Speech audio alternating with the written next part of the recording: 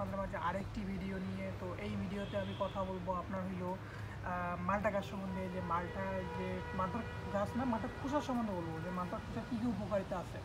আমি আগে বলছি, তো আবারও বলছি যে মালটার খোসায় অনেক উপকারিতা আছে, অনেক উপকারিতা। তার মধ্যে আছে প্রোটিন সম্পূর্ণ, ভিটামিন সম্পূর্ণ, মিনারেল সম্পূর্ণ, ফাইবারের উৎস, তারপরে অক্সিজেনের সরবরাহ।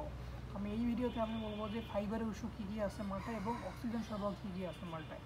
তো তার আগে আপনাদের গাছটি একটু সুন্দর মতো দেখাই দিব, আসেন আপনাদের গাছটি দেখতে। তো এই হচ্ছে সেই মালটার গাছটি।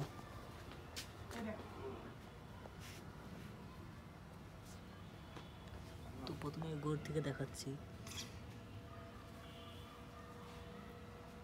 দেখেন। তো এটি হচ্ছে সেই মালটার গাছ। তো এটা অবশ্যই খুঁটি দিতে হবে, এই দেখেন।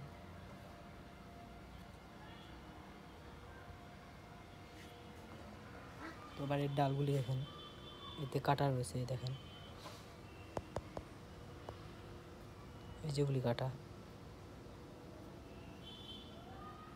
তো দেখেন এই ডালগুলি সম্পূর্ণ সবুজ, পাতা এক রঙের এবং ডাল এক রঙের।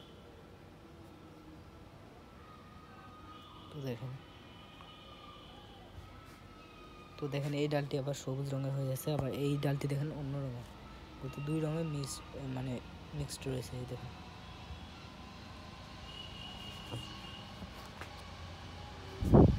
তো দেখুন আপনারা মালটার গাছটি, তো এই মালটার গাছের খোসায় যে ফাইবারের উৎস থেকে কী কী থাকে।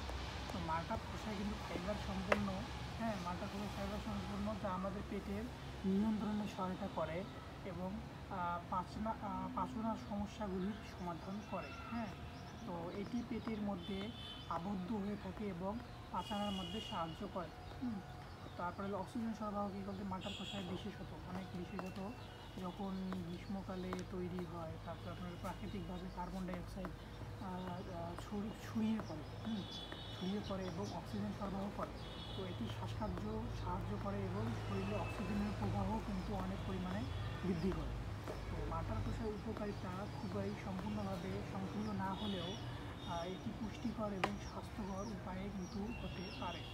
তো খালি পেটে মালটা খাওয়ার মতো এটি অন্যান্য প্রস্তুতিগুলির মতোই আমরা কিন্তু এটা ব্যবহার করতে পারি।